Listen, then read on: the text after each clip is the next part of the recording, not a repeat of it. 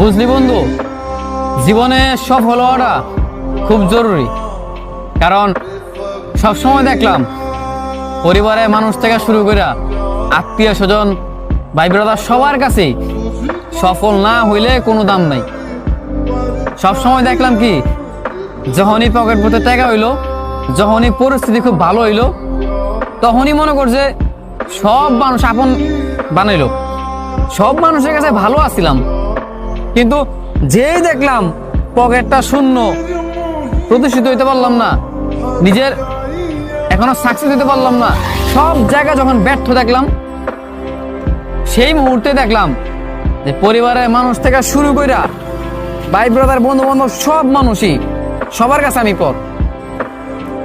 তোর যখন এই পরিস্থিতিতে মানে তুই পড়বি, যখন তুই দেখবি যে তোর ফ্যামিলির কাছে, তোর বন্ধু বান্ধব বলো, আত্মীয় স্বজন বলো, সবার কাছেই তুই পর হয়ে যাবি। মানে তুই যখন এটা দেখবি তখন বুঝবি এটার পেন কি জিনিস। মনে কর ভাই, সফল না হইতে পারলে কোনো জায়গায় দাম নাই। আর পুরুষ মানুষ